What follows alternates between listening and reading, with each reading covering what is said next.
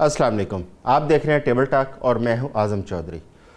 पाकिस्तान का जो सालाना बजट है वो कल पेश किया गया असम्बली के अंदर, और अब उसके ऊपर असम्बली में तो बहस होनी है। अवाम के अंदर भी ज़ोर शोर से उसके ऊपर बहस जारी है। क्या ये अवाम का फ्रेंडली बजट था या IMF का डिक्टेटेड बजट था? क्योंकि ओवरऑल हम बजट के अंदर देखें तो अवाम के लिए उसमें कुछ ऐसी चीज़ें नज़र नहीं आ रही जिससे अवाम को तसल्ली मिल जाए, तशफ़ी मिल जाए। और दूसरी जानब IMF की देखें तो तमाम चीज़ें नज़र आती हैं कि शायद ये IMF की तमाम शराइत या उनके मुफादात को मद्देनज़र रखते हुए ये बजट तरतीब दिया गया। लेकिन ऐसा क्यों हो रहा है? पाकिस्तान के अंदर बजट पूरी दुनिया में आते हैं और पाकिस्तान के अंदर बजट की ज़रूरत क्यों पेश आती है, और उस बजट के अंदर अवाम के लिए क्या कुछ होता है, इसके ऊपर हम बात करेंगे। बजट के अहदाफ क्या है और गुज़श्ता साल कौन कौन से ऐसे अहदाफ हैं जो हुकूमत ने हासिल किए इस बजट को लेके, उसके ऊपर भी हम बात करेंगे। और बिलखसूस जो इंतहाई अहम शोबे हैं, तलीम, सेहत और इसके साथ साथ शहरी सहूलियात, इसके हवाले से बजट के अंदर क्या चीज़ें मद्देनज़र रखी गई हैं, टूरिज़म के हवाले से क्या बात की गई है, इन तमाम चीज़ों के ऊपर हम आज कोशिश करेंगे कि बात करें। हमें ज्वाइन किया है FPCCI के साबिक़ सदर हैं पंजाब चैप्टर के जनाब मलिक मंजूर साहब, स्टूडियो में हमारे साथ हैं, और डॉक्टर गुलाम गौस साहब जो माहिर मुआशियात हैं वो भी स्टूडियो में हमें ज्वाइन करेंगे। इसके अलावा हमें वीडियो लिंक पे ज्वाइन किया है जनाब हसनात खान साहब हैं जो कि वाइस चेयरमैन है सोलर्स एसोसिएशन के, और उनके साथ साथ UK Pakistan chamber of commerce के साद हसन साहब हमारे साथ होंगे, वो भी वीडियो लिंक पे होंगे। मलिक साहब, बजट आया, एक तो बजट के अंदर हमने देखा है कि अवाम की जो एक इंटरेस्ट होता है बजट के अंदर वो हमें इस साल नज़र नहीं आया। दूसरा, ओवरऑल इस बजट के अंदर अवाम की फलाह के लिए हमें कुछ ऐसी चीज़ें नज़र नहीं आई कि अवाम के मुफादात को मद्देनज़र रखते हुए ये बजट तरतीब दिया गया हो। सबसे पहले तो आप ये बताएं कि बजट की ज़रूरत क्यों पेश आती है अगर ऐसे बजट देने हैं तो?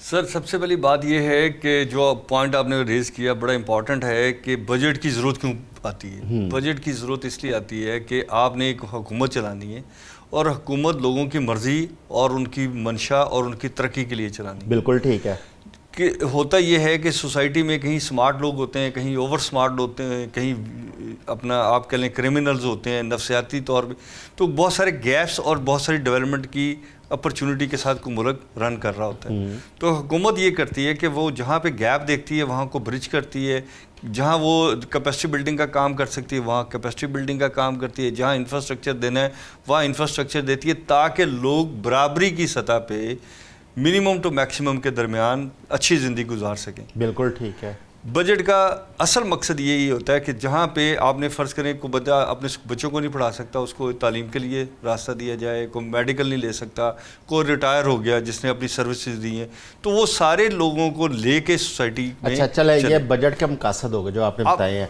अब आ जाते हैं अपने जो मौजूदा बजट है 2026-23 का जो इस वक्त पेश किया गया असम्बली में, उसके अंदर क्या अवाम के इन मकासद या मुफादात को मद्देनज़र रखा गया?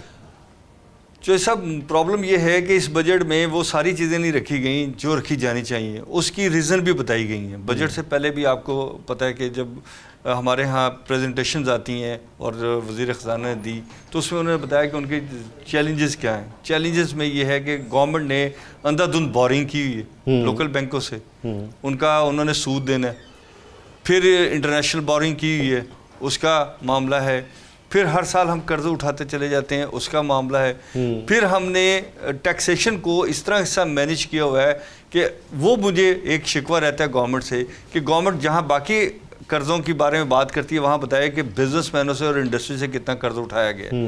तो ये सब अगर मेरी इंडस्ट्री देखी जाए तो उसके ऊपर 1% टर्नओवर टैक्स है, ठीक है, लेकिन जब गवर्नमेंट मुझे कहेगी या BR कहेगा वो कहेगा जी 5% विद होल्डिंग करवाओ।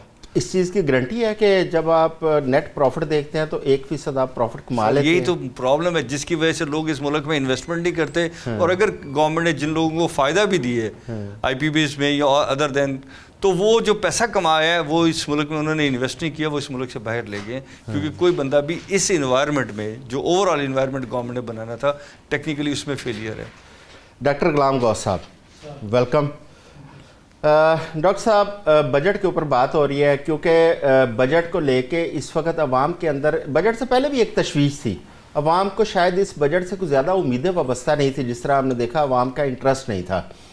अभी बजट आने के बाद क्या आप समझते हैं कि अवामी मुफादात को मद्देनज़र रखते हुए इसको तरतीब दिया गया, या ये टोटल डिक्टेटेड है? और दूसरा ये है कि इसके अंदर आप क्या समझते हैं कि जो फाइनेंशियल टारगेट इस पर फिक्स किए गए हैं, क्या वो अचीवेबल हैं? सर बहुत शुक्रिया आपका। फ़र्स्ट ऑफ़ ऑल तो मैं ये बताना चाहता हूँ कि टारगेट्स जो हैं वो अचीवेबल हों या ना हों, ये इनके लिए मैटर ही नहीं करता। उसकी एक वजह है। पिछले बजट में आप देखें, इन्होंने 4.2 ट्रिलियन के टैक्स रेवेन्यूज़ कलेक्ट करने का टारगेट किया, फिर उसको रिवाइज़ किया, रिवाइज़ करके 13.7 कर दिया, फिर उसको रिवाइज़ किया 12.9 कर दिया, ताकि अगर एंड ईयर पे पूछा जाए कि आपने ये टारगेट रखा था तो क्या ये अचीव हुआ, तो उस पर जवाब ही ना देना पड़े। तो आप उसे इतना क्लोज कर लेते हैं रिवाइज़ करके वो अल्टीमेटली आपके टारगेट के करीब चला जाता है। इसका मतलब ये हुआ, आपने पिछले बजट में भी 25 ट्रिलियन का एक्सपेंडिचर रखा और टैक्स रेवेन्यू आपके उधर से 2 ट्रिलियन की कमी हो गई। अब इसी तरह इस बजट में इन्होंने क्या किया, उसको 12.9 से डायरेक्ट उठा के 15 पे ले गए। अच्छा, 15 ट्रिलियन, 5 ट्रिलियन उसमें नॉन टैक्स रेवेन्यू, 20 ट्रिलियन का रेवेन्यू इन्होंने टारगेट कर दिया, जो कि मेरा ख्याल है हाईली हाइपोथेटिकल है, जो कि रियल सिनेरियो में पॉसिबल नहीं है मीट होता हुआ। सेकंड चीज़, इस बजट का जो टोटल आउटले है, अगर मैं उसको एक्सप्लेन करूं तो आप देखें 27 ट्रिलियन का बजट एक्सपेंडिचर है टोटल जो इसमें एक्सप्लेन हुए हैं, अगर हम NFC वार्ड को एक्सपेंडिचर में काउंट कर ले तो। अब उसके बाद 27 में से 20 का इन्होंने रेवेन्यू कलेक्ट करना है, 7.02 ट्रिलियन का इन्होंने डेफिसिट करना है इस बजट में। अब इतने बड़े डेफिसिट के साथ आप एक बजट लेके जा रहे हैं। अब आपने एक और चीज़ इन्होंने इसमें थोड़ी सी मेंशन की, वो ये कि हमने जो हमारे सूबे हैं उनका सरप्लस बढ़ाना है। उनका सरप्लस बढ़ के जब हमारे पास आएगा तो हमारे पास जो टोटल बजट डेफिसिट है वो 5.5 समथिंग रह जाएगा ट्रिलियन में। अच्छा, तो हमारा जो ये गैप है वो थोड़ा कम हो जाएगा। लेकिन ये सारी हाइपोथेटिकल सिचुएशंस है, क्योंकि इससे हकीकी तौर पे इतनी रिकवरीज होती ही नहीं है। अब अवाम की अगर हम बात करें कि अवाम पे किस तरह अवाम को ये मुतासर करेगा, तो एक अजीब चीज़ जो मैंने आज पूरा बजट का डॉक्यूमेंट पढ़ा उसमें देखी, पेट्रोलियम पे सब्सिडी सारी ज़ीरो कर दी गई। उसके अलावा 63 अरब रुपए की सब्सिडी एनर्जी पावर पे रिड्यूस कर दी है, एनर्जी पे इन्होंने रिड्यूस कर दी है। नहीं, 63 अरब की सब्सिडी रिड्यूस की? हाँ जी। क्या सब्सिडी थी? जी बिल्कुल, ऑलरेडी लास्ट बजट में थी। हाँ। इस दफा इन्होंने 63 अरब का उसमें रिडक्शन कर नहीं, दिया। बजट में रखी गई थी सब्सिडी, हाँ जी। लेकिन वक्तन फवक्तन हुकूमत उस सब्सिडी को ख़त्म करती रही है। ये यकीनन, अब मैं वही बात अर्ज कर रहा हूँ ना कि रिवाइज्ड चीज़ें जब आती हैं ना, मैं फाइनल रिवाइज्ड वर्जन जो इनका है उसके मुताबिक बता रहा हूँ कि इन्होंने जो क्लेम किया उसके मुताबिक अभी जो नया टारगेट है उसमें 63 अरब रुपए का गैप है, मतलब 63 अरब की सब्सिडीज ख़त्म होगी उससे, रिवाइज्ड वर्जन से भी। अब इसके बाद आप आ जाए पास्को पे, जो गंदम के लिए, शुगर केन के लिए और जो आपके राइस के लिए, वो अवाम के लिए होता है, उसमें स्ट्रेटेजिक रिजर्व्स होते हैं और कॉस्ट डिफरेंशियल होते हैं। लास्ट ईयर उसकी टोटल जो अमाउंट सब्सिडी में रखी गई वो थी 20 अरब और अब उसको कर दिया गया 19 अरब। अच्छा, 1 अरब का वहाँ पे कट लगा दिया। और एक और जो इन्होंने थोड़ा सा उसमें एक मतलब जो स्ट्रेटजी यूज़ की वो ये है कि पहले वो 14 अरब रुपया ये देते थे आपकी स्ट्रेटेजिक रिजर्व को, वो इन्होंने कम करके उसको 9.5 कर दिया स्ट्रेटेजिक रिजर्व को, और कॉस्ट डिफरेंशियल को 6 से बढ़ा के 9.5 कर दिया। तो टोटल आपका 9.5 और 9.5 19 अरब की सब्सिडी उसमें होगी और 1 अरब का वहाँ पे भी कट लगा दिया। डॉक्टर साहब, ये जो अदादोशुमार आप दे रहे हैं, देखें अवाम का इन अदादोशुमार से कोई ताल्लुक नहीं है। अवाम को ये गोरख धंधा है एक अदादोशुमार का, जो अवाम को समझ नहीं आता। अब आपने जितने अदादोशुमार यहाँ पे बयान किए हैं, ये किसी इकोनॉमिस्ट को समझ आ सकते हैं, आम आदमी को बिल्कुल समझ नहीं आते। यही गोरख धंधे हैं जिसके अंदर हुकूमतों ने अवाम को फंसा रखा है। लेकिन अगर हम ग्राउंड रियलिटी देखें तो हमें अवाम बदहाल नज़र आती है, ना कोई कारोबार चलता हुआ नज़र आता है, ना तनख्वाहदार तबका सुखी नज़र आ रहा है। और इसी हवाले से हम बात करते हैं जनाब हसनात खान साहब। इस वक्त बिजली एक बहुत बड़ा इशू है पाकिस्तान के अंदर। मादरत, अभी हुकूमत ने एक दावा किया है कि जो IPPs हैं उनके साथ, कुछ IPPs के साथ रीनिगोशिएशन करके तकरीबन 3700 अरब रुपया इन्होंने बचाया है। अगर उनके साथ निगोशिएशन हुई है तो अवाम को तो उसका मेरा ख्याल है कि एक अशरे अशीर भी फ़ायदा नहीं पहुंचा, क्योंकि हमें बिजली के यूनिट सस्ते होते हुए नज़र नहीं आए। दूसरी जानब जो सोलर को हुकूमत खुद इनकरेज करती रही, ग्रीन एनर्जी, रिन्यूएबल एनर्जी की बात करती रही, जब लोगों ने सोलर लगाए तो हुकूमत की जानिब से अजीबो गरीब मुतज़ाद बयानात और ऐसी पॉलिसी डिस्कस होना शुरू हुई कि लोग खौफजदा हो गए। आप क्या समझते हैं कि ये एनर्जी पॉलिसी क्या सिर्फ सोलराइजेशन से ये ठीक हो सकती है पाकिस्तान की, या इसके लिए हमें हाइडल में जाना पड़ेगा, IPP से जान छुड़ाना पड़ेगी? क्या सोल्यूशन है आपकी नज़र में? जी आजम साहब, बहुत शुक्रिया आपका। एक्चुअली क्या बात है कि हम जो गवर्नमेंट करना चाह रही है इस टाइम, आप जो पॉलिसी की बात कर रहे हैं, गवर्नमेंट का यही मसला है कि उसकी जो पॉलिसी सेट है वो बिल्कुल भी नहीं है, कि उसका जो डायरेक्शन है पॉलिसी की वो किस तरफ है ये पता ही नहीं चलता। क्योंकि डायरेक्शन जो है वो रिकवरी पॉलिसी है, वो रिकवरी के चक्कर में किसी भी पॉलिसी को कहीं भी शिफ्ट करके ले जाते हैं। जिस टाइम रिकवरी का टाइम था उस टाइम मीटरिंग पॉलिसी आ गई, आज रिकवरी करनी है IPPs के लिए तो नेट मीटरिंग पॉलिसी को नेट बिलिंग पॉलिसी की तरफ ले गए। आज लग रहा है कि सोलर पैनल्स की जो इंपोर्ट है वो आखिरी पिछले 2 साल में बहुत ज्यादा हुई, और मतलब 1 साल में 17 गीगावाट, 1 साल में 18 गीगावाट हुई, और आज की डेट में जो पाकिस्तान में टोटल सोलर पैनल्स की इंपोर्ट है दैट इज 52 गीगावाट्स। तो उसको देख के उस पर सोलर पैनल्स पर टैक्स भी इंक्रीज किया जा रहा है। तो हम बार बार ही कह रहे थे जो 10% टैक्स है उसको भी 0% पे लेके आया जाए, लेकिन एक रूमर उठाई थी कि जी नहीं 10 से 18 पे जा रहा है, इसलिए एक बहुत बड़ा रिलीफ दे दिया कि जी 10 से 18 नहीं किया, 10 पे ही रुक गया। लेकिन हम ये चाहते हैं कि वो 10 से भी 0% पे लेके आया जाए, क्योंकि जो आप बात कर रहे हैं कि अब सोल्यूशन जो है पूरी दुनिया में वो हाइडल तो अपनी जगह पे है, लेकिन उसके अलावा सिर्फ रिन्यूएबल एनर्जी है। Hydel is also renewable energy, वो भी रिन्यूएबल के अंदर आता है। इसके अलावा हमें ये पता होना चाहिए कि ठीक है हमने IPPs के एग्रीमेंट्स किए हैं, हम उनसे जान नहीं छुड़ा पा रहे, लेकिन अगले 5 साल के बाद हम उनसे जान छुड़ाना शुरू कर देंगे। इसलिए हमें एक लॉन्ग टर्म पॉलिसी बनानी चाहिए। जब हम IPP से जान छुड़वा लेंगे तो फिर ये सोलर ही है कि लोगों का लगा हुआ 52 गीगावाट और उस टाइम में भी 100 गीगावाट ऑफ सोलर पैनल्स ही होंगे जो कि जो पूरा पाकिस्तान यूटिलाइज कर रहा होगा, और साथ में बैटरी में सेव करना होगा। इसके साथ साथ ही हम एक आपके इससे प्रोग्राम से जो PM से रिक्वेस्ट करना चाहेंगे कि एक बैटरी असेंबली लाइन पॉलिसी है जो कि उनके टेबल पे पड़ी हुई है, और हम ये चाह रहे हैं कि वो इस टाइम इम्प्लीमेंटेशन की तरफ जरूर आ जाए, क्योंकि हमने सोलर पैनल्स की लोकल मैन्युफैक्चरिंग नहीं की थी, जिसकी वजह से हमने सारा सोलर पैनल बाहर से इंपोर्ट किया, और 52 गीगावाट का हमने इंपोर्ट बिल बढ़ाया, अपने डॉलर्स बाहर भेजे। इसी तरह अगर हम बैटरी असेंबली लाइन पॉलिसी पे अगर आज हम काम नहीं करते, उसको इम्प्लीमेंटेशन नहीं करते, तो हम सारी बैटरी जो कि एक अंदाजन के मुताबिक 2031 तक तकरीबन 50 गीगावाट ऑफ बैटरीज जो है हमें इंपोर्ट करनी पड़ेगी पाकिस्तान के अंदर। तो उसकी लोकलाइजेशन अगर होती है तो वो पाकिस्तान को भी फायदा है, आवाम को भी फायदा है। इसी से रिलेटेड साहब ये बताइएगा अपना मैं साहब को कह रहा हूँ, मैं हसनात साहब आपसे ये पूछना चाह रहा था कि पाकिस्तान के अंदर क्या मैन्युफैक्चरिंग और असेंबलिंग ऑलरेडी सोलर पैनल्स की और बैटरीज की हो रही है, और इसी के साथ जुड़ा हुआ है जो इलेक्ट्रिक गाड़ियाँ हैं। इलेक्ट्रिक गाड़ियाँ भी आप देखें कि उनके ऊपर जो इस वक्त GST बढ़ाई गई है वो सारी इंपोर्टेड है। शायद एक आध कोई ऐसी कंपनियां जो पाकिस्तान के अंदर यहाँ पे असेंबलिंग कर रही है।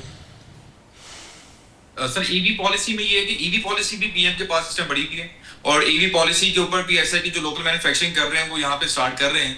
इसी तरह जो बैटरी की पॉलिसी है, वो बैटरी के लिए तकरीबन 30 से 35 असेंबली लाइंस है जो कि पाकिस्तान में इन्वेस्टर्स और कंपनीज ले आएंगे, और वो सिर्फ इस पॉलिसी को देखकर आएंगे, क्योंकि पीएम बार बार चाइना जा रहे हैं, वो सारे एमओयूज करवा रहे हैं, बैटरी मैन्युफैक्चरर्स के साथ करवा रहे हैं, और इससे नेक्स्ट स्टेप फिर आगे सेल मैन्युफैक्चरिंग है, और पाकिस्तान जो है वो सेल मैन्युफैक्चरिंग में भी आगे इंशाल्लाह जाएगा अगले 2-3 साल के अंदर, और वो सोडियम आयन के अंदर जाएगा, ना कि लिथियम आयन के अंदर, क्योंकि सोडियम आयन के पाकिस्तान के अंदर ज़खायर मौजूद है। ठीक हो गया, थैंक यू वेरी मच। साथ साथ आप क्योंकि Pakistan UK chamber of commerce से तल्लक रखते हैं, जो ममालक के आपस में तल्लकात होते हैं, स्टेट टू स्टेट रिलेशनशिप होता है, उसमें लाजमी तौर पर देखा जाता है कि एक मुल्क को दूसरे मुल्क से क्या इन्वेस्टमेंट में या इंडस्ट्री की सपोर्ट में क्या फ़ायदा पहुंच सकता है। अब आप ये इस बजट को आपने देखा होगा, क्या इसके अंदर आपको कोई ऐसी पॉलिसी नज़र आई है या ऐसा इकदाम नज़र आया है कि स्टेट टू स्टेट रिलेशंस का फ़ायदा उठाया जाए और पाकिस्तान के अंदर इन्वेस्टमेंट और इंडस्ट्री की प्रमोशन के लिए कोई काम किया जा सके? जी, थैंक यू सो मच आज़म चौधरी साहब फॉर इनवाइटिंग मी। बेसिकली बड़ा इंपॉर्टेंट क्वेश्चन आपने किया है कि हमारी किसी भी मुल्क के साथ ट्रेड रिलेशनशिप जो होते हैं वो उसके साथ ट्रेड एनहांसमेंट में और ट्रेड में जो है ना बड़ा बायलैटरल ट्रेड में बड़ा उसका एक फ़ायदा होता है। लेकिन असल चीज़ ये है कि जब भी ट्रेड अगर आप एक्सपोर्ट हो रही है, हमारी यूरोप में यूके में ज़्यादा एक्सपोर्ट, हमारी टेक्सटाइल से रिलेटेड जो आइटम्स हैं उसकी ज़्यादा एक्सपोर्ट होती है हमारे यूके में और हमारे यूरोप में, तो हम उसकी ट्रेड को तभी बढ़ा सकते हैं कि जब हम अपनी टेक्सटाइल गुड्स को compete कर रहे हो, हमारी जो कॉस्ट है वो हमारी compete कर रही हो बाकी दुनिया से। तो उसका आपको बेहतर पता है कि जो आपकी जो बेसिकली पॉलिसीज़ हैं, जो हमारी एनर्जी क्राइसिस की पॉलिसीज़ हैं, हमारी जो टेक्सटाइल में एक मैं ऐड ऑन करना चाहूँगा, क्योंकि टेक्सटाइल का ग्रोथ जो रेट है और टेक्सटाइल जो डाउन लेवल से स्टार्ट होती है वो है कॉटन। पाकिस्तान जो है वो टाइम था जब कॉटन एक्सपोर्ट करता था और बड़ी प्रीमियम कॉटन होती थी। हमने उस चीज़ पे काम नहीं किया, हमने ग्रोअर्स को उस तरह फैसिलिटेट नहीं किया उसको मुआवजा नहीं दिया। तो मैं साउथ पंजाब की मिसाल दूंगा, क्योंकि मेरा होम टाउन साउथ पंजाब है। एक टाइम होता था कि हम यहाँ पे कपास इतनी प्रीमियम होती थी, हम एक्सपोर्ट करते थे। 5 से 7 शुगर मिलें लग चुकी हैं एक ज़िला रहीम खान में, और कॉटन की फसल तबाह तकरीबन होने के जो है ना नज़दीक है। और जहाँ पे हमने ज़ूनिंग की नहीं डेफस से, जहाँ पे कपास का एरिया था वहाँ पे गन्ना लग रहा है, जहाँ पे राइस का एरिया था वो भी अब शिफ्टिंग की तरफ जा रहे हैं। तो हमें जो ग्रास रूट लेवल पर हमें फैसिलिटेट करने की ज़रूरत है हमारे ग्रोअर्स को, हमारे फार्मर्स को। इस पूरे बजट में आप बताएं कि ग्रोअर्स और फार्मर्स के लिए क्या पॉलिसी आई है और उनको क्या रिलीफ दिया जा रहा है। तो उसमें हमें इस चीज़ पे काम करने की ज़रूरत है, क्योंकि ट्रेड शुरू ही एक ग्रोअर्स और फार्मर्स की गुड से होती है और फिर वो आगे आपके वैल्यू एडिड पे जाके तो वो बाहर जाती है। तो इसमें एक इस चीज़ पे काम करने की ज़रूरत है। दूसरा मैं एक बात करूँगा बेनज़ीर इनकम सपोर्ट पे। हम तमाम चैम्बर ऑफ कॉमर्सेज, हम तमाम बिजनेस कम्युनिटी बारहा कह चुके हैं कि ये जो पैसे हैं बेनज़ीर इनकम सपोर्ट पे, इनको आप इसको शिफ्ट करें, आप स्किल डेवलपमेंट में शिफ्ट करें, आप एसएमईज के स्पोर्ट्स प्रोग्राम पे शिफ्ट करें, ताकि ये हम मछली पकड़ना सिखाएं, अपनी आवाम को बुखारी ना बनाएं। तो इस चीज़ पे हमें हर बजट में हम कहते हैं कि इसको आप जो है ना शिफ्ट करें स्किल डेवलपमेंट में, एसएमई सेक्टर में ग्रोअर्स और फार्मर्स को फैसिलिटीज दी जाएं, ताकि हमारा जो है ना ये सनत का पहिया चल सके। बहुत अच्छी आपने अच्छी तजवीज़ है, क्योंकि कौम को भिखारी बनाने की बजाय आप उसको हुनर सिखाएं, आप उसके लिए कुछ जॉब्स क्रिएट करें ताकि लोग काम करें और मुल्क भी तरक्की करें। मलिक साहब, इस बजट के अंदर क्या आपको कुछ ऐसी पॉलिसीज़ भी नज़र आई हैं जो एग्रीकल्चर, इंडस्ट्री, एजुकेशन, हेल्थ इनको सपोर्ट करती हों?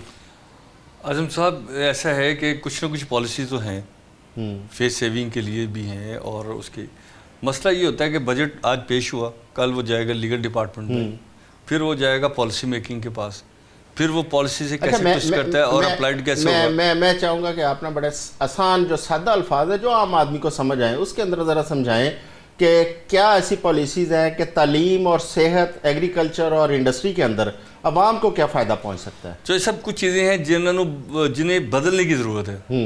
पाकिस्तान में आप जहन में रखें कि 1974 का जो एक्ट ऑफ नेशनलाइजेशन है ना, वो सिर्फ 4, 6, 10 फैक्ट्रियों तक नहीं था। ठीक है, उसका जो इम्पेक्ट है वो ब्यूरोक्रेसी में चला गया। उसकी वजह दो हैं। एक कॉलोनियल निज़ाम में जो हमने कहा कि जो अथॉरिटी है ना उसका कद और उसका महल इतना बड़ा होना चाहिए कि जो मुकामी ज़िम्मेदार बड़ा आदमी है वो उसके ज़ेर असर रह सके। तो हमारी वो सारी जो ट्विस्ट थी वो स्टेटस और पावर की तरफ चली गई। आज भी आप देखें कि बजट में आपको सारी रिफ्लेक्शन उधर चली जाती नज़र आती है।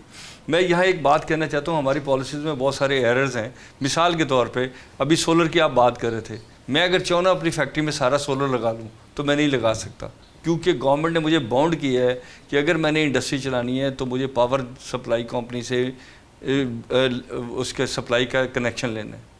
अगर मैं कनेक्शन नहीं लूँगा मेरा इंडस्ट्रियल स्टेटस खत्म कर देंगे। इस पे एक चीज़ और क्लियर करें, अगर आप अपनी एनर्जी प्रोडक्शन पे जाते हैं, आप सोलर पे जाते हैं या कोई भी तरीका, क्या वो किसी इंडस्ट्री के लिए अलाउ नहीं है?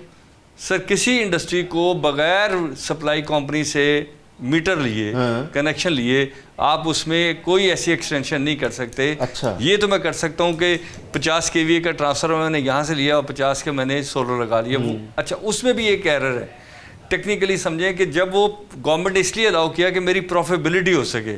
जब मेरी प्रॉफिटेबिलिटी बिजली के बिल से बाहर होगी तो गवर्नमेंट क्या करती है कि उसको, इसीलिए वो कहते हैं कि नेट मीटरिंग लें। फ़र्ज़ करें मैं नेट मीटरिंग नहीं लेना चाहता तो गवर्नमेंट को क्या एतराज़ होना चाहिए? वो नेट मीटरिंग इसलिए कहते हैं कि आपका जो टोटल सिस्टम तबाही कहना है वो है एडवांस विद होल्डिंग के ऊपर। एडवांस विद होल्डिंग को समझें कि अगर मेरी एक इंडस्ट्री जो है उसका टर्नओवर है 1 करोड़ रुपया, तो मुझे 1% साल का लाजमी देना है गवर्नमेंट को, चाहे मैं इनकम के ऊपर दे दूँ 30% या मैं उसको दूँ। लेकिन अगर मैंने FBR से एग्जेम्पशन सर्टिफिकेट नहीं लिया हुआ और उसने मुझे नहीं दिया तो मुझे 5% टैक्स कटवाना है।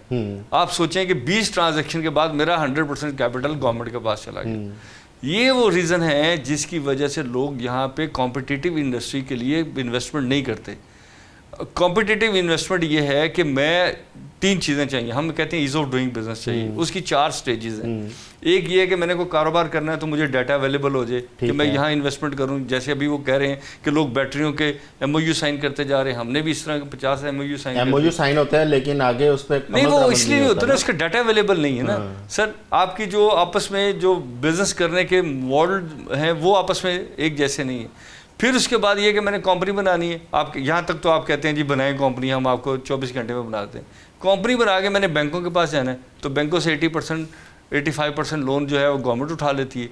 आप मुझे बताएं कि बाकी कितने लोग क्यू में खड़े हैं जिनको लोन चाहिए। अच्छा, इंडस्ट्री को, बिजनेस कम्युनिटी को लोन लेने में भी परेशानी आ रही है? सर लोन तो दूर की बात है। चौधरी साहब मैं आपको लतीफ़े की बात बता देता हूँ, 2015 से 2022 तक गैस वालों ने लोगों को बिल भेज दिए हैं कि जी उस वक्त जो हमने आपको गैस सप्लाई की थी उसमें हमने रेट कम लगाए थे। अब मुझे बताएं कि 2015 के लोग क्लोजिंग कर चुके हैं और 2026 में उनको बिल आने शुरू हो गए। 2015 ये मेरा हाल है, पाकिस्तान ही ऐसा मुल्क है जिसमें ऐसे अगली बात सुने, जब आप देखते हैं कि ओगरा ने उनको अथोराइज किया है तो ओगरा उस वक्त 15 से लेके 22 तक अथॉरिटी के तौर पर काम नहीं करती, उसके तो मेंबर पूरे नहीं। अब वो मेंबर गवर्नमेंट ने पूरे करने या मैंने पूरा करने? तो इस तरह के लतीफ़े हमारे यहाँ पॉलिसी मेकिंग। डॉक्टर गुलाम गौस साहब, हर चीज़ IMF पे डाली जाती है।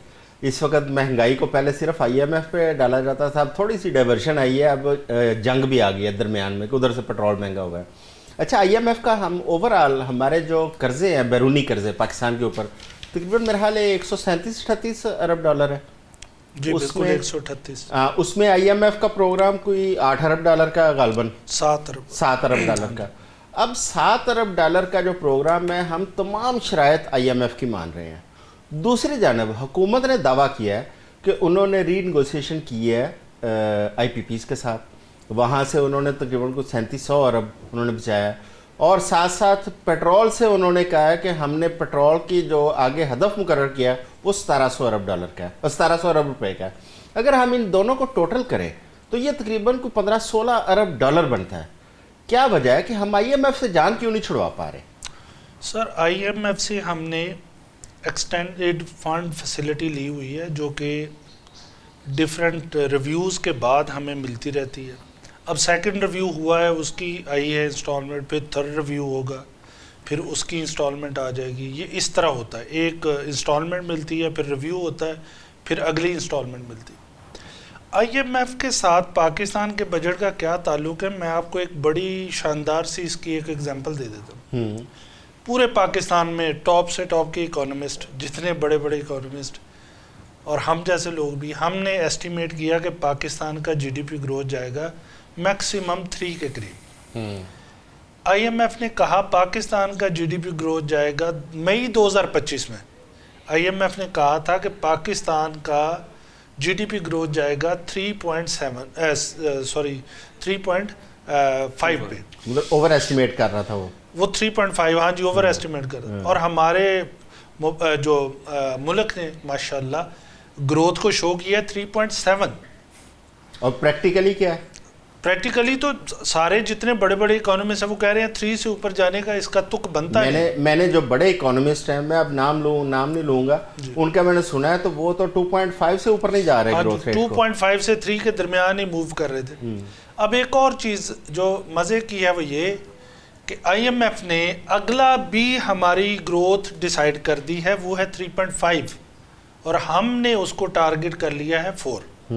अब एक और चीज़, 3.7 की लास्ट ईयर ग्रोथ हुई, मैं अवाम की बात करने लगा हूँ। 3.7 की आपने कहा हमारी ग्रोथ हुई है, 2.2 तो आपका पॉपुलेशन ग्रोथ है। 3.7 से 2.5 निकाल, 2.2 निकाल दे, 1.5 है टोटल आपकी ग्रोथ। एग्जैक्टली। अब इसके बाद आ जाए और आगे आपने जो 4% का हदम कर दिया, उतनी देर में पॉपुलेशन आपकी कहाँ पहुंच जाएगी? तो आप 1.8 आपकी ग्रोथ होगी टोटल, अगर ये आप अचीव कर लेते हैं तो। लेकिन आप देखें इतना बड़ा मुल्क 26 करोड़ आवाम के साथ और दुनिया में एक अच्छा जानने वाला मुल्क, उसकी ग्रोथ है 1.8। अब आते हैं जो इन्होंने सैलरीज को इंक्रीज किया, आवाम को उसका क्या फ़ायदा। अब सैलरीज देखें, इन्होंने आम जो सैलरीज पर्सन की इंक्रीज की है वो है 7% और इस वक्त पाकिस्तान में इन्फ्लेशन है 11%, 4% फिर घटा। अगर हम अज्यूम कर लें, इन्होंने कहा 1 साल तक हमारा टारगेट है कि इन्फ्लेशन 8.2 से ऊपर ना जाए। फ़र्ज़ करें 8.2 भी रहे, 7% आप सैलरी बढ़ा रहे हैं, इन्फ्लेशन आप 8.2 पे रख रहे हैं, इसका मतलब 1.2 का फिर घटा, 1.2% का फिर लॉस हो जाएगा। तो इसके अलावा जो आप देखें ना, इन्फ्लेशन को जो टारगेट किया इन्होंने, क्या इन्होंने जो एक्सटर्नल शॉक्स हैं हमारे, जैसे एनर्जी का भी क्राइसिस हम फेस कर रहे हैं, उसमें हम ये पिछले माह में वज़ीर आज़म कह रहे थे 300 मिलियन से लेके 800 मिलियन हमारा मंथली बिल बढ़ रहा है। अच्छा, तो इसका मतलब है आप इतने बड़े गैप के साथ जा रहे हैं और अभी वहाँ पे सस्टेनेबिलिटी आई ही नहीं है, ये जो हमारे इंटरनेशनल लेवल पे, तो उसका इम्पैक्ट आएगा। आपको इसको ख्याल में ज़हन में रखना चाहिए था। और हम ये अज्यूम करते हैं, जो सर ने अभी बात की हमें इन्वेस्टमेंट में प्रॉब्लम है, बिल्कुल सीधी बात है। 11.5 आपका पॉलिसी रेट हो चुका है। अगर ये प्राइसेस और बढ़ती हैं, जैसा कि अभी अज्यूम किया जा रहा है कि दोबारा से वो नाकाबंदी हो गई है उसकी आबना हुरमस की, और वहाँ से ट्रेड फिर मुश्किल हो जाएगा। अगर वो मुश्किल होती है तो ऑयल प्राइसेस फिर बढ़ेंगी, वो फिर बढ़ेंगी तो इन्फ्लेशन बढ़ेगा, पॉलिसी रेट और बढ़ेगा, पॉलिसी रेट बढ़ेगा तो इन्वेस्टमेंट आपके मुल्क में और महंगी हो जाएगी। कोई भी यहाँ कारोबार नहीं करेगा। पहले ही पाकिस्तान पॉलिटिकली, सोशली और फाइनेंशियली इनस्टेबल है, ये मज़ीद हो जाएगा। जो पाकिस्तान से बाहर हमारे दोस्त बैठे हैं साथ साहब, उनसे बाद में पूछता हूँ मैं कि क्या लोग पाकिस्तान के अंदर कारोबार करना चाहते हैं, लेकिन उससे पहले मैं हसनात खान साहब की तरफ जाऊँगा। खान साहब, एनर्जी, क्योंकि पहले भी जैसे बात हुई कि सबसे बड़ा इशू हमारा इस वक्त एनर्जी है। अगर पेट्रोल महंगा होता है, हमारी बिजली महंगी हो जाती है, क्योंकि हमने IPPs को गले का तौक बना रखा है और हमने कैपेसिटी पेमेंट्स करनी है उसको। अगर एनर्जी के अंदर आप क्योंकि देख रहे हैं, सोलर की आप एसोसिएशन के वाइस चेयरमैन भी हैं, अब विंड एनर्जी के ऊपर पूरी दुनिया में काम हो रहा है और सोलर पूरी दुनिया के अंदर प्रमोट हो रहा है। पाकिस्तान के अंदर अगर IPPs के बावजूद हम एनर्जी को अफोर्डेबल प्राइसेस पर लेके आना चाहें, चाहे वो विंड हो, चाहे वो ये अपना सोलर हो, उसके लिए क्या हुकूमत के साथ आप लोगों की कोई ऐसी गुफ्तगू हुई है, कोई ऐसी पॉलिसी हुकूमत के मद्देनज़र है कि अवाम को सस्ती बिजली या इंडस्ट्री की या एग्रीकल्चर की प्रमोशन के लिए हम सस्ती बिजली दे पाएँ? सर बिल्कुल, मैं बल्कि बात स्टार्ट करूंगा कि आपने सुना होगा कि दुनिया में कहीं पे भी जंग होती है तो उसमें 3 मुल्क जो होते हैं वो अफेक्ट कर रहे होते हैं। 2 वो जिनके दरमियान जंग चल रही होती है और तीसरा पाकिस्तान होता है। तो हमेशा यही है कि जब भी कोई जंग होती है तो पाकिस्तान के अंदर सबसे पहले मसला आता है। अभी जो फ्यूल प्राइसेस है, अगर आप देखें इंडिया में बाकी मुल्कों में इतना अफेक्ट नहीं आया जितना पाकिस्तान के अंदर अफेक्ट है, और पाकिस्तान तो पीस स्टॉक का हिस्सा है। तो मेरा ख्याल है कि पाकिस्तान को अपनी पोजीशन ठीक करनी चाहिए थी इस लिहाज से भी। साथ में जैसे आप बता रहे थे कि आईपीपी से जो मुआहदे किए हैं या थोड़ा सा जो डिस्कशंस हो रही हैं उससे कुछ जो रिकवरी की है उसका गवर्नमेंट अवाम को कोई 1 रुपये का रिलीफ नहीं मिला। इनफैक्ट 2 हफ्ते पहले जो है वो तकरीबन ₹2.25 पर यूनिट प्राइस इंक्रीज की है नेपरा ने। ठीक है, अब जो आप बात बता रहे हैं कि बिल्कुल हमारी डिस्कशंस चल रही हैं, 3-4 अदारे हैं गवर्नमेंट के, नेपरा है, एनर्जी डिपार्टमेंट है, किस्मो है, इनके साथ हमारी डिस्कशंस चल रही हैं और वो भी इसके ऊपर काम कर रहे हैं कि टैरिफ को चेंज किया जाए, डिमांड इंक्रीज की जाए पाकिस्तान के अंदर, और जो डे टाइम है उस टाइम पे जो एनर्जी की कॉस्ट है वो कम की जाए। आपने लगारी साहब की भी गुफ्तगू सुनी होगी, उन्होंने भी ये बताया गया कि डे टाइम के अंदर 6 रुपए की बिजली की जाएगी। जिस टाइम हमारे पास सोलर बहुत ज्यादा यूज हो रहा है, सोलर जनरेशन हो रही है और जो हमारे आईपीपी से बिजली बनती है सीपीपी के पास वो यूटिलाइज नहीं होती, और लेकिन हमें कैपेसिटी चार्जेस देने होते हैं, तो उसके ऊपर तो काम हो रहा है। लेकिन हम भी समझते हैं कि हम गवर्नमेंट को एक लॉन्ग टर्म प्लान बनाना चाहिए। अगले 5 साल बाद 6 साल बाद आईपीपी खत्म होना शुरू हो जाएंगे। जो हमने 2000 में मुआहदे किए थे, 25 साल के मुआहदे थे हमारे, वो खत्म होना शुरू हो जाएंगे। उसके बाद खान साहब मैंने वो मुआहदे देखे हैं, मेरे पास सारी लिस्ट मौजूद है। 2048 2049 तक आईपीपीज के मुआहदे चल रहे हैं और बहुत सारे आईपीपीज हैं जिन्होंने 2048-49 तक आपका पीछा नहीं छोड़ना। तो आप कैसे तवक्को कर सकते हैं कि इनसे जान छूट जाएगी? देखिए, जान तो छुड़वानी पड़ेगी। आप भी देखें, आईपीपीस को भी गवर्नमेंट पैसे नहीं दे रही। अगर आप आईपीपीस की अपनी दुखी रग सुनेंगे तो वो कहेंगे ठीक है हमारे पैसे रिकवरी तो हो रहे हैं, हमारे पैसे बंद तो रहे हैं, लेकिन मिल उनको भी नहीं रहे। तो मेरा ख्याल है, देखें, इस टाइम गवर्नमेंट को आईपीपीस के साथ बैठना चाहिए। ये एक नेशनल इशू है और नेशनल इशू जो है वो अवाम ने खुद अपने तहत इन्वेस्टमेंट्स करके सोलर पैनल लगा के अब बैटरियां लगा रहे हैं, उसको ठीक किया है। क्योंकि पहले आपको पता है 2021 में 22 में बिजली कितनी महंगी करती थी। जब बिजली आप महंगी कर रहे थे तो आपको ये पता होना चाहिए था कि आपने एक पॉलिसी दी हुई है, नेट मीटरिंग पॉलिसी, उसके तहत लोग सोलर लगाएंगे। आज उस पॉलिसी के तहत, नेट मीटरिंग के तहत लोगों ने सोलर लगाया और रिलीफ ली है, तो उसको फिर आप वापस लेना चाह रहे हैं कि रिलीफ ना हो, हमें आईपीपीएस के पैसे चाहिए तो हमें वहां से पैसे रिकवरी करनी है। तो ये देखें, इस चीज के अंदर तो आप कोई ऐसा ऑप्शन है ही नहीं आपके पास कि आप आईपीपी से जान छुड़वाएं। उसके अलावा तो आपके पास कोई ऑप्शन नहीं है। सोलर बिजली बहुत सस्ती है। देखें, एक जितने भी आप आईपीपी लगाएंगे आपने फ्यूल तो मंगवाना है, लेकिन सोलर की जो बिजली है, सोलर पैनल्स की जो अपनी लाइफ है वो 25 इयर्स है। आपकी सिर्फ अपफ्रंट कॉस्ट है, उसके बाद एक चीज और बताइए खान साहब, आप क्योंकि सोलर के ऊपर जाहिर है रिसर्च भी की होगी, क्या पूरी दुनिया के अंदर सूरज की रोशनी के ऊपर कोई मुल्क टैक्स वसूल करता है? सर देखिए, टैक्स वसूल करने का ना टाइम होता है। अभी जो पाकिस्तान के अंदर टाइम है टैक्स वसूल करने का, वो गलत है। मैं बार बार हर जगह पे कहता हूँ कि देखें, आप पिछले 3 साल पहले या 2 साल पहले मैं और आप सोलर पैनल्स लगा रहे थे। एक वो तबका सोलर पैनल लगा रहा था जो अफोर्ड करता था। आज की डेट में हम लोग सोलर पैनल्स नहीं लगा रहे। हमारा जो ये अर्बन सिटीज हैं वो सोलर पैनल्स नहीं, वो सोलर बैटरीज लगा रहे हैं पैनल्स के साथ। तो जो आज की डेट में जो सोलर पैनल लगा रहा है कोई गरीब तबका है, एक कमजोर तबका है, तो उसके ऊपर टैक्स लगाना बहुत गलत है। इसीलिए जो पहले अगर आपने नहीं लगाया था, 2020 में लगाते, 19 में लगाते, 21 में लगाते, तब आपने रिलीफ दे दिया एक अमीर तबके को कि सोलर पैनल्स पे टैक्स नहीं था। आज जब एक गरीब तबका सोलर पैनल लगा रहे हैं तो आपने उसके ऊपर टैक्स लगा दिया। तो ये बिल्कुल गलत चीज है। इसके ऊपर ठीक हो गया। मुझे नहीं पता कि इसमें कितनी हकीकत है, कितना गलत है। पिछले दिनों हमें इतलात मसूल हुई कि कुछ टीमें जो है ना वो शहर के अंदर फिर रही हैं, वो लोगों की छतों को चेक कर रही हैं कि कहाँ कहाँ सोलर लगे हैं, अब उसके क्या मकासद थे, लेकिन लोगों को परेशान कर दिया, एक दफ़ा फिर पैनिक कर दिया। यहाँ पे वक्त हुआ है एक शॉर्ट ब्रेक का। एक ब्रेक के बाद आते हैं, हमारे साथ रहिएगा।